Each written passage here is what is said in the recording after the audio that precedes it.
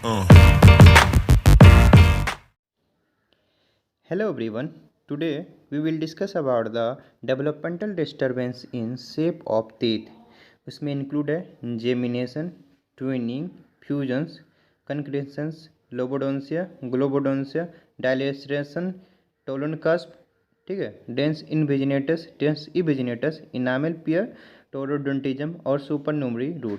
तो supernumerary root और जो इसमें जो टोरोडोंटिज्म है उसके बारे में हम लोग डिस्कस कर चुके थे और सुपरनॉर्मरी टीथ के बारे में डिस्कस कर चुके थे, तो आप वो जाके आप देख सकते हैं, हमारे यूट्यूब पर अवेलेबल है वो वीडियोस। ठीक है, इसके बाद हम लोग एक एक करके देखेंगे। जैसे कि पहला है जेमिनेशंस के बारे में देखते हैं। जेमिनेशंस में क्या होता है, देखो एक सिंगल टूथ जर्म है, ठीक है, मान लो कि टूथ जर्म है और उसमें एक डिविजन्स हो जाए, ठीक है, डिवीजन हो गया, इसके वजह से क्या होगा, इसके वजह से क्या होगा, एक क्राउन रहेगा ना, दो क्राउन हो जाएगा, टूथ दो हो जाएगा, डिवाइड कर जाएगा वो, उसको बोलते हैं जेमिनेशंस। ठीक है, सिंगल टूथ जर्म से जब डिवाइड कर रहा है तो उसको जेमिनेशंस बोलते हैं। इसके पश्चात क्या होगा, टू इनकम्प्लीट टूथ हो जाएगा। मान लो कि पूरा जेमिनेट नहीं हुआ जाए तो इनकम्प्लीट टूथ हो जाएगा, और जो रूट रहेगा इसका सिंगल रूट रहेगा। ठीक है, क्राउन कंप्लीट हो सकता है या इनकम्प्लीट होगा, दो क्राउन बनेगा, एक क्राउन मान लो यहाँ दो क्राउन बन गया और इसका रूट जो रहेगा सेम रहेगा। ये हो गया जेमिनेशंस। देखो ट्विनिंग में भी लगभग सेम होता है, बट उसमें इनकम्प्लीट था, इसमें कम्प्लीटली हो जाएगा। ठीक है, रिजल्ट इन द वन जो रहेगा नॉर्मल और दूसरा सुपरनमरी टीथ है। मान लो कि स्ट्रक्चर तो वहाँ से डिवाइड हो गया तो पूरा तरह डिवाइड हो जाएगा, और एक पार्ट जो होगा नॉर्मल रहेगा उसका, और जो अलग दूसरा टीथ बनेगा वो उससे सुपरनमरी टीथ मिलेगा। ठीक है, ये समझ में आ गया ट्विनिंग और इसमें जेमिनेशन में डिफरेंस। उसके बाद आता है फ्यूजन। देखो फ्यूजन में क्या होगा, दो टूथ जर्म है, ठीक है, टूथ जर्म से उससे क्या होगा, फ्यूज हो गया, दोनों आपस में नाम है फ्यूजन, तो किसी भी प्रेशर की वजह से या किसी वजह से फ्यूज हो जाएगा। फ्यूज होने के बाद जो डेवलप करेगा टूथ को उसको बोलते हैं फ्यूजन। तो fusion teeth are through the union of two normal separate tooth germ at the level of the level of dentin during development के दौरान जो डेंटिन है इसका, ठीक है, डेंटिन पे फ्यूजन्स हो जाएगा दो टूथ जर्म का, तो उसको बोलते हैं फ्यूजन। ठीक है, fuse the tooth must exhibit confluent dentin and tooth may have their single in large root या टू रूट। हो सकता है इसका सिंगल एक ही रूट हो या फिर दो रूट हो जाए इसका। देखो इसका क्या क्या कॉज हो सकता है, एक तो हेरिडेटरी कॉज होगा, या फिर ट्रॉमा की वजह से डेवलपमेंट जब हो रहा था टीथ वहाँ पर ट्रॉमा हुआ और दोनों टूथ जर्म जो है फ्यूज हो गया। एक वो, या फिजिकल फोर्स या pressure that cause the contact between adjacent tooth.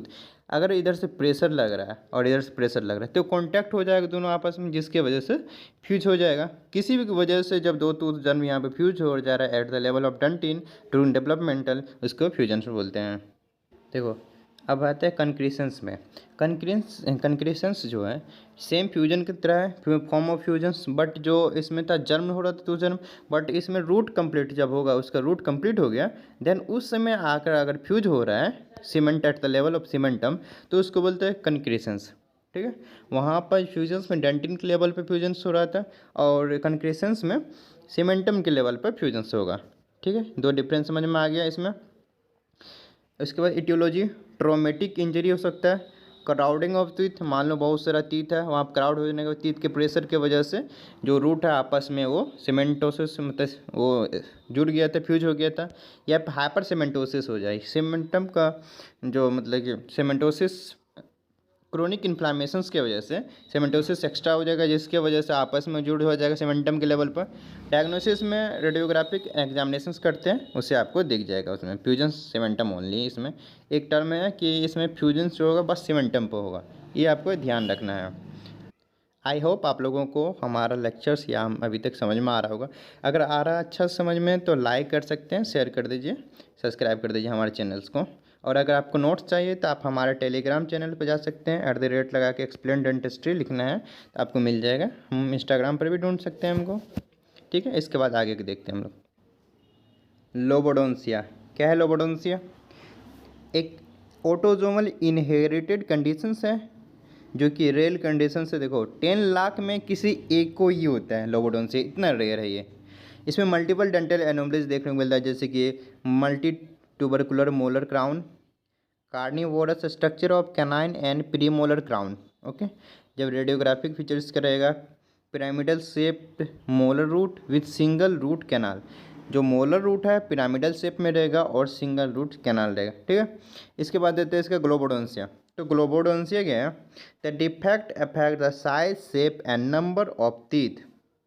Okay, features रहेगा bulbous and enlarged crown of primary canine molar and permanent molar teeth।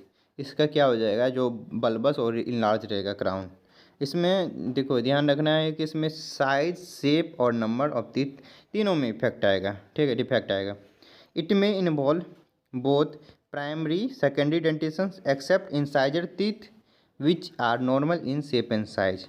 Posterior teeth are characterized by bulbous shape, fused malform crown with almost no discernible cusp या groove। Okay, next आता है डायलेसरेशंस। देखो डायलेसरेशंस क्या है, इसमें crown या फिर root का पोर्शन जो होगा, ठीक है, वो कर्व हो जाता है, शार्प कर्व हो जाता है इसमें। तो dilacerations refers to an angulations या शार्प बेंड या कर्व इन द रूट या crown of the form tooth. It is due to the trauma during the tooth forming. Tooth forming के समय अगर ट्रोमा हो रहा है उसकी वजह से होगा। एंड टेलोन कस्प क्या हो रहा है, it is an anomalies structures which is projectile lingually from the cingulum area of maxillary या मैंडिबुलर परमानेंट इंसाइजर्स। जो मैक्सिली मैंडिबुलर परमानेंट इंसाइजर्स है उसके सिंगुलम एरिया से, ठीक है, एक प्रोजेक्शन निकलेगा। लिंगुअल साइड के जो सिंगुलम एरिया है वहाँ से प्रोजेक्शन निकलेगा, जिसको टोलन कस्प होता है, एक्स्ट्रा कस्प होता है। ये compose of normal enamel and dentin contain a horn of pulp tissue associate with the. इसमें बस एक क्वेश्चन ज़्यादातर पूछा जाता है कि टोलन कस्प किससे एसोसिएटेड रहता है। कई बार एमडीएस के क्वेश्चंस में भी आपको ये मिल जाएगा देखने के लिए। तो रोबस्टेन टिबियाई सिंड्रोम से ये एसोसिएटेड रहता है। ठीक है, डेंस इंडेंटिन, जिसको डेंस इनवेजिनेटस भी बोलते हैं। It arise as a result of an invaginatus in the surface of tooth crown before calcification has occurred. देखो इसका मतलब बताता हूँ, अभी टूथ के कैल्सिफिकेशन कंप्लीट नहीं हुआ, ठीक है, उसके पश्चात क्या हो जाएगा, उसमें इन्वेजन्स हो रहा है। मान लो कि उसमें इन्वेजन्स हो गया, ठीक है, इसको बोल रहे हैं डेंस इंडेंटी या डेंस इनवेजिनेटस। इसका कॉज हो सकता है increase localise external pressures, increase localise external pressures, अगर बाहर के प्रेशर्स इंक्रीज हो रहा है जिसकी वजह से इन्वेजिनेट कर जाएगा क्राउन में। Focal growth retardations, focal growth stimulations in certain area of tooth bud. Okay, most frequent involve teeth होगा परमानेंट मैक्सिली लेटरल इंसाइजर्स को ज़्यादातर इन्वॉल्व करता है dens in dente. Dens in dente term originally applied to a severe invaginatus that gave the appearance of the tooth within tooth. ऐसा महसूस होगा tooth के अंदर में ही टूथ है, ठीक है, तो इसलिए इसको देखो प्रेग्नेंट टूथ भी बोलते हैं, tooth within tooth, dilated composite odontome. ये तीन नाम याद रखना है, कई बार पूछ जाता है प्रेग्नेंट टूथ या टूथ विद इन टूथ के ऑल्सो नोन एज, तो आपको डेंस इंडेंटी बोलना, ठीक है। ये एमसीक्यू में काफ़ी ज़्यादा पूछा जाता है, तो आपको ध्यान से इस चैप्टर को पढ़ना होगा। एमसीक्यू के लिए बहुत ज़्यादा इंपॉर्टेंट है ये सब टर्म। इसका टाइप देखो, कोरोनल टाइप और रेडिकुलर टाइप। जो क्राउन पोर्शन में है कोरोनल टाइप बोल देंगे, जो रूट पोर्शन में है उसको रेडिकुलर टाइप बोल देंगे। क्राउन पोर्शन में इन्वेजिनेट हुआ तो कोरोनल हो गया, उसको डिवाइड किया गया तीन में, mild form, intermediate form and the extreme form. देखो माइल्ड फॉर्म और थोड़ा अंदर गया तो हो गया इंटरमीडिएट फॉर्म, बीच तक गया, और नीचे अपाइकल तक चला गया, अपाइकल 1/3 तक, उसको बोल दिया extreme form. Treatment earlier detection और प्रोफिलैक्सिस रेस्टोरेशंस कर सकते हैं, उसका कुछ खास ट्रीटमेंट है नहीं। नेक्स्ट आता है डेंस इवेजिनेटस, ठीक है, इनवेजिनेटस था, ये इवेजिनेटस है। इसको समझने के लिए कि प्रीमोलर मान लो, ठीक है, प्रीमोलर का जो अक्लूजल सरफेस है वहाँ पे एक्स्ट्रा कस्प आ जाता है डेंस इवेजिनेटस में, ठीक है, तो इवेजिनेटस है, sorry, also known as Leong's premolar. Premolar है तो प्रीमोलर से इसलिए बोल रहे हैं यहाँ पे। Evaginated odontome, occlusal tuberculated premolar, occlusal enamel pearl, central tubercle, इतने नाम से इसको जानते हैं, ठीक है। तो it appears clinically as a accessory cusp, जो कि एक्सेसरी कस्प या एक्स्ट्रा कस्प के रूप में देखने को मिलेगा क्लिनिकली, या globule on the enamel of occlusal surface पर between the buccal and lingual cusp. जो बक्कल कस्प और लिंगुअल कस्प है इसके बीच में देखने को मिलेगा। ये बक्कल कस्प मान लो और ये लिंगुअल, इसके बीच में मिलेगा, ठीक है, प्रीमोलर पर। And clinically appears as extra cusp, develop only in the persons of Mongolians ancestor, Chinese हो गया, Japanese, Filipinos, Eskimos and the American Indians. इस समय ज़्यादातर ये देखने को मिलता है, ठीक है, इसी समय मिलते हैं। Pathogenesis, proliferations and evaginations of area of the inner enamel epitheliums and subsequent odontogenic mesenchymes into the dental organ during the tooth development. सवाल 78 वेरिएंट ऑफ डेंस इनवेजिनेटस। आपको भी ये सवाल भी एमक्यू में बहुत ज़्यादा एमसीक्यू में पूछा जाता है, तो इसको भी ध्यान से रखना है कि जो डेंस इवेजिनेटस है उसका एक वेरिएंट है, ठीक है। Prominent marginal ridge which create a hollow lingual surface resembling a scoop of a shovel. So इसके बाद आता है इनामल पियर्स के बारे में। Now the another anomaly is the enamel pierce. It is also known as enaloma या फिर enamel drop. Heterotropic pressures of enamel in the form of globules is called the enamel pierce. It is usually found in the root surface, ठीक है। The most accepted theory of origins of enamel pierce is the localized developmental activity of Hurst cells that remain adherent to the root surface of the root developmental procedures, and these cells differentiate into the functioning anomaloblast which deposit an enamelous matrix on the root surface, ठीक है। तो पोलिफ्रेशंस होने के बाद क्या होगा, जो functional एनोब्लास्ट है डिपॉजिट हो जाएगा इनामल मैट्रिक्स पर और रूट मतलब matrix on the root surface पर, ठीक है। उससे ठीक है सेल क्या हुआ, डिफ्रेंशिएट हुआ फंक्शनल एम्ब्लोब्लास्ट में, और जो एम्ब्लोब्लास्ट बनेगा, ठीक है, वो डिपॉजिट हो जाएगा इनामल मैट्रिक्स पर ऑन द रूट सरफेस पर, ठीक है। इसके आगे जो क्लिनिकल पिक्चर देखो, सबसे पहले है कि येलोइश वाइट रहेगा, spherical structure adherent to the furcation area of the root surface, and diameter 1 से 3 mm का डायमीटर होगा इसका।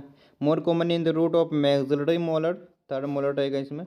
Most of the time enamel pearls is asymptomatic, not visible clinically, ठीक है।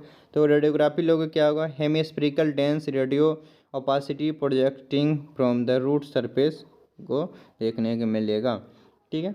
तो इसके बाद देखो टोरोडोंटिज्म आता है, जिस पर हम सेपरेट इसका पूरा तरह से एक वेरी वेरी इंपॉर्टेंट है ये, और इसके लिए हम इसको सेपरेट एक लेक्चर बना चुके हैं इसके ऊपर। तो आप हमारे प्ले लिस्ट जो है ओरल पैथोलॉजी का उसमें भी मिल जाएगा, या फिर डेंटल एनोमलीज का अलग से प्ले लिस्ट बना दिए, तो उसमें भी जाके मिल जाएगा, वहाँ से पढ़ सकते हैं। वैसे हम बता दें कि टोरोडोंटिज्म एक बुल टूथ बोलते हैं। टोरो का मतलब होता है बुल और डोंट का मतलब टीथ, ठीक है। सर ऑर्थर ने 1913 में दिया था इसका term. The body of tooth is enlarge at the expense of the root, root के कंपेयर में जो बॉडी होगा इसका इनलार्ज हो जाएगा, ठीक है। रूट छोटा हो रहा है, इसका बॉडी जो है क्राउन इनलार्ज हो जाएगा। तो अगर आपको देखना है तो आप इसका स्क्रीनशॉट ले लीजिए, ठीक है। एंड यहाँ पर भी है। इसके बाद है रेडियोग्राफिक फीचर्स, सारी चीज़ हम बता चुके हैं उस लेक्चर में, आप वहाँ पर जाकर देख सकते हैं। सुपरनोमरी रूट, जैसे कि सुपरनोमरी टूथ था, क्राउन पोर्शन एक्स्ट्रा हो जा रहे थे रूट, उसी रूट पोर्शन एक्स्ट्रा हो जाए। Refer to the presence of 1 या more extra root then normal, अगर कोई टीथ में एक्स्ट्रा रूट आ जाए, ठीक है, उसको सुपरनोमरी रूट बोलेंगे। रूट में भी कर्व रहेगा, स्ट्रेट या divergent, after both deciduous permanent dentition, दोनों को इफेक्ट कर देगा। and commonly enabled teeth are permanent molar, mandibular, cuspid and the premolars. Clinical significant जो एक्सट्रक्शन और आरसीटी होगा उसमें इसको डिफ़िकल्टी आएगी, ठीक है। तो हम लोग के लेक्चर्स यहाँ पे एंड करते हैं इसको। अगर आपको नोट्स चाहिए टेलीग्राम चैनल्स पर हमारे विजिट करिए, ठीक है। टेलीग्राम एक्सप्लेन डेंटिस्ट्री सर्च मारिए, या फिर इंस्टाग्राम पर हमें मिल सकते हैं, वहाँ पर email ID दिए हैं, अगर आपको कांटेक्ट करना हो किसी भी तरह से वहाँ पर। Thanks for watching.